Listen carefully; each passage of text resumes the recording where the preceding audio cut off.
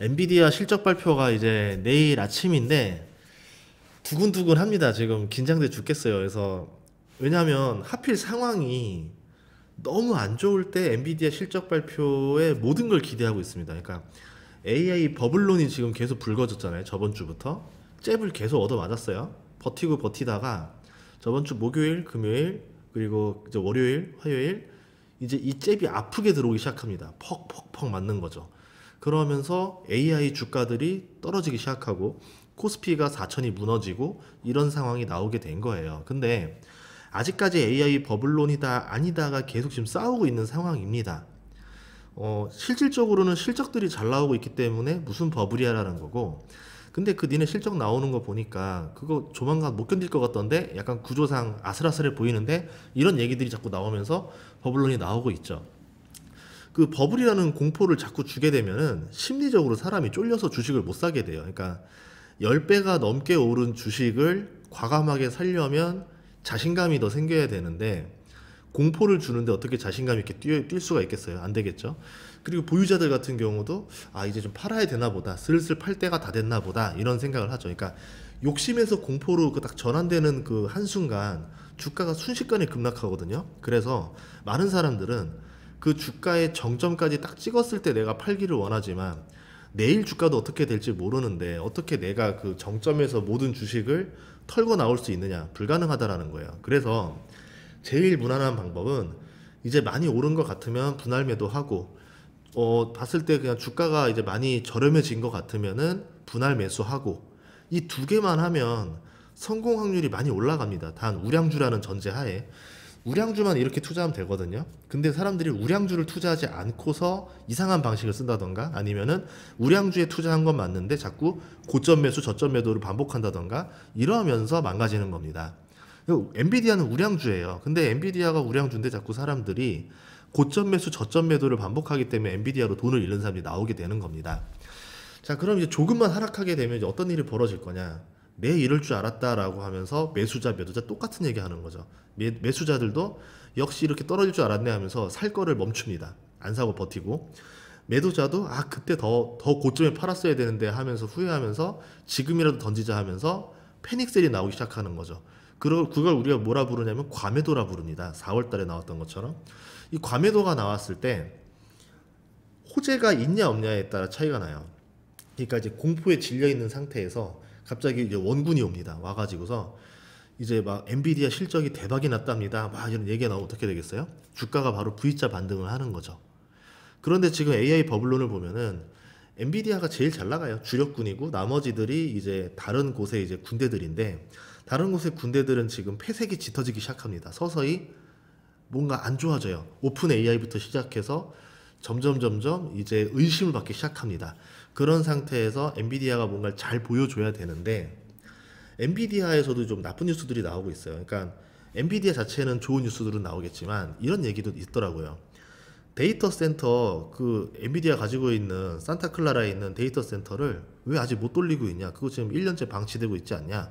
이거 뭔 얘기냐니까 알아보니까 데이터 센터를 짓는 게 문제가 아니라 데이터 센터에다 전력이 어떻게 들어오게 만드냐도 되게 중요하다는 거죠. 그러니까 저 앞에서 잘 싸우는 것도 중요한데 뒤에 보급이 있어야 될 거 아니에요. 데이터 센터 다 짓고 나면 뭐합니까? 지금 전력 인프라가 완전히 낡아가지고 제대로 좀 전력 공급이 안 되는 곳들도 있다라는 거죠. 그렇기 때문에 이거는 지금 밸런스상 이게 아마 AI가 뛰어나가는 속도를 전력 인프라가 받쳐주지 못할 것이다. 그러니까 군대들이 진군하는 속도를 보급병들이 따라가주지 못할 것이다 라는 이야기들도 있습니다. 그래서 이제 이번 새벽에 나오는 실적과 젠슨항의 어떤 청사진이 말해주는 미래들 이런 것들이 굉장히 중요하지 않겠는가 라고 생각이 됩니다. 실제로 1년 동안 보면요 AI가 주가들이 많이 올랐어요. 우리 뭐 하이닉스라던가 뭐 삼성전자 보면서 많이 올랐다고 생각하는데 막상 엔비디아는 별로 안 올랐습니다. 1년 동안 23%밖에 안 올랐어요. 과거에 이제 기대감이 선반영된 거를 소화하는 시기였다라는 거죠. 그래서 올해 엄청난 성장률, 실적은 잘 보여주고 있는데 이미 시가총액이 3조에서 4조 달러 왔다 갔다 하잖아요. 그러니까 유동성을 끌어오는데 한계를 느끼는 게 아닌가라는 거죠. 그러니까 그 유동성이 아무리 들어와봤자 엔비디아 주가 올리는데 힘에 부치고 있다. 그래서 그 엔비디아 친구들 주가들이 더 빠르게 오르고 있고 엔비디아는 잘 못 오르고 있는 거 아니냐 이렇게 보는 거고, 그리고 이제 AI 발전이랑 별개로 이거는 주가 자체는 유동성을 빨아들이면서 올라가야 되기 때문에 소화를 시킬 시간이 필요하지 않느냐, 이게 1번이고, 이제 주가가 한동안 또 조정을 받을 수도 있잖아요. 지금 이런 이슈들이 있을 때. 그러면 천천히 빠질 것이냐 급하게 빠질 것이냐, 그러면 내가 분할 매도를 천천히 완만하게 분할 매도를 할 거냐 빠르게 분할 매도를 치고 나올 거냐, 이 전략도 짜야 됩니다. 근데 지금 뉴스 나온 게 하나 있었는데요. 732조를 계약했다니까 5천억 달러에 이제 계약이 있었다, 주문이 들어왔다라고 하면서 젠슨왕이 이야기를 하는데, 이게 하루만 지나면 실적 발표 때 얘기해도 되는 거고 실적에 들어가도 되는 거를 왜 미리 말하는 거냐. 그냥 생각해 봤을 때는 이건 것 같아요. 실적에 못 들어간 거죠. 그러니까 회계연도가 지금 이게 3개월마다 나오잖아요. 그럼 발표할 때 그 다음 보니까, 그러니까 이번 실적 말고 다음 분기 실적에는 들어갈 건데 이런 주문도 들어왔으니까 혹시라도 이번 실적 발표 조금 실망하더라도 너무 실망하지 마세요, 달래주기 용도일 거냐 1번, 아니면은 그냥 자신감을 표현해 주는 거냐 이건데, 개인적으로 젠슨왕은 자기가 말했던 것들을 대부분 다 지킨 사람입니다. 말에 무게가 있는 분이에요. 그래서 젠슨왕에 대해서는 믿음이 있어요. 그러니까 이 732조가 뻥이 아니라는 거죠. 다만 이게 회계상 이번 분기냐 다음 분기냐는 모르겠다. 이제 이걸 가지고 월가의 이제 애널리스트들이 이 엔비디아 적정 주가를 얼마로 잡아주냐에 따라서 패닉이냐 어닝 서프라이즈냐가 또 왔다 갔다 하지 않겠는가라고 봅니다. 그래서 실적은 솔직히 내일 알 수는 없는 거고, 다만 이제 우리가 한번 예상은 해보자 라는 관점으로 제가 한번 영상을 찍습니다. 이게 인베스팅닷컴에서 나온 건데요. 이번에 실적 예상치가 주당 순이익이 1.25달러입니다. 전분기가 1.01달러였어요. 그러니까 24% 분기 3개월 만에 실적이 24% 증가해야 된다라는 거죠. 근데 과거에 보면은 분기당 0.1달러씩 증가한 것도 아니었거든요. 거의 0.1, 0.1씩 싹싹싹 올라가다가 이번에는 갑자기 0.24달러가 올라가야 된대요. 24% 증가분을 요구합니다. 왜 갑자기 이번 분기에만 이렇게 이제 과한 부담감을 주느냐. 그래서 좀 약간 기대치가 너무 높기 때문에 이거 어닝을 달성하지 못할 수도 있다, 뭐 이런 얘기들도 있었죠. 그래서 이런 것들을 보면서 뭐 예상은 해보는 겁니다. 애널리스트들이 왜 이렇게 평균치 높게 잡았지? 근데 저렇게 평균치 높게 잡았으니까 주가가 선반영해서 200달러를 터치할 수 있었던 거구나. 근데 그거에 대한 기대를 부응하느냐 못하냐를 내일 아침에 확인하게 되는 겁니다. 또 하나는 뭐냐면 적정 주가를 제가 좀 알아보려고 했는데, 시킹알파도 되게 좋은 사이트거든요. 거기 제가 이제 할인 코드 더보기랑 넣어 놓을 테니까 한번 보시면 좋을 것 같고요. 여기서 이제 찾아낸 자료인데 미래 현금 흐름으로 이제 다 구해본 겁니다.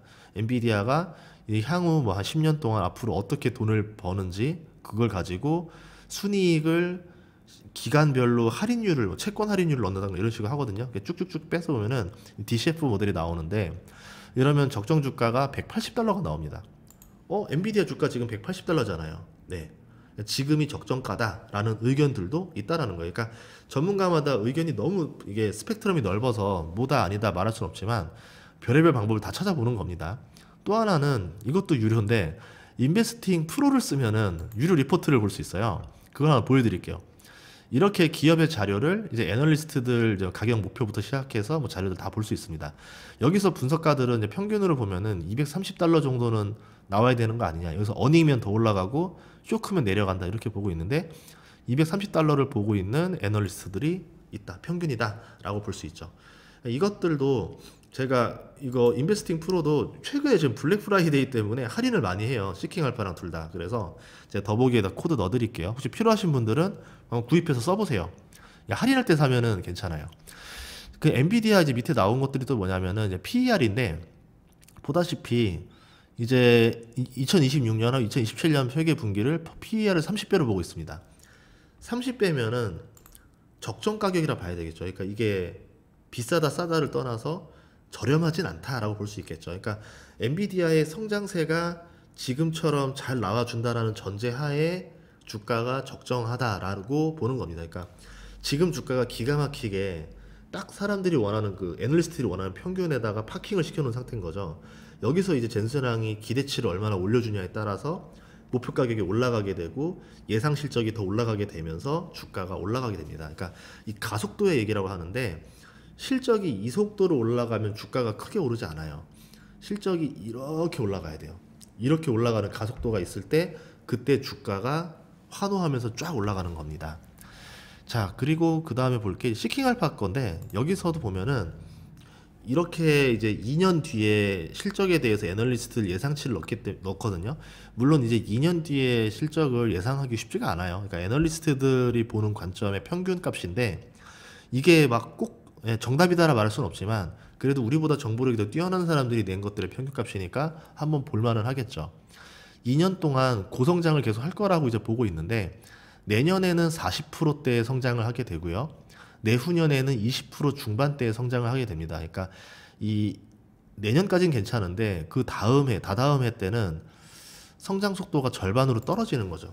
이 성장 속도 이렇게 가다가 이렇게 내려오는 겁니다. 성장 속도, 가속도로만 치자면. 그런 점에서 약간의 내년부터는 조금 엔비디아도 주춤하는 구간이 올 수도 있겠구나라는 거죠.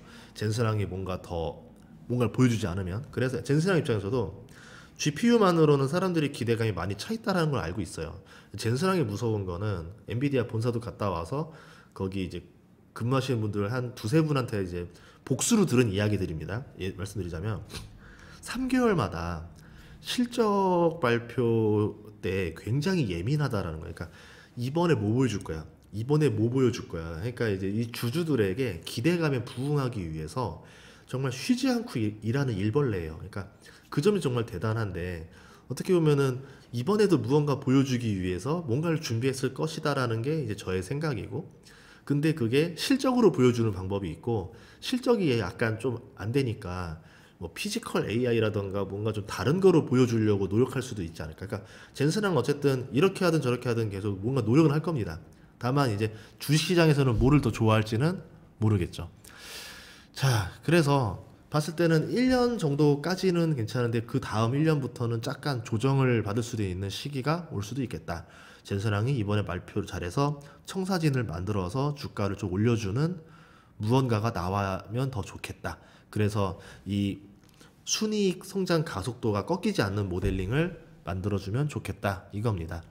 만약에 이제 그래픽카드 말고 뭔가 새로운 또 사업 모델, 돈이 될 수 있는 모델을 보여주게 되면은 그쪽으로 또 시장의 관심이 또 흘러갈 수도 있겠죠. 그래서 너무 중요한 자리라 이 AI 버블론을 한 방에 깰 수도 있는 자리고 여기서 이제 침몰할 수도 있는 자리이기 때문에 내일 새벽이 너무 중요하다. 그래서 주식 투자하시는 분들 비중을 좀 잘 생각해 두셔라. 너무 풀로 당겨 놓지 말고 너무 없어도 안 되고 적당히 잘 밸런스 맞춰 놓으시는 게 중요하지 않겠나 생각이 듭니다. 그러니까 결론은 저도 잘 모른답니다. 이거 알면은 저 옵션 샀죠. 여기서 뭐 하고 뭐 이런 거 하고 있겠어요. 그렇죠? 예, 그러니까 너무 여러분들 자기 자신도 믿지 말고 저도 믿지 말고 가장 확률 높은 선택들을 하시길 바라겠습니다. 다음 시간에도 좋은 정보로 찾아뵙겠습니다. 구독과 좋아요, 알림 설정 부탁드릴게요. 고맙습니다.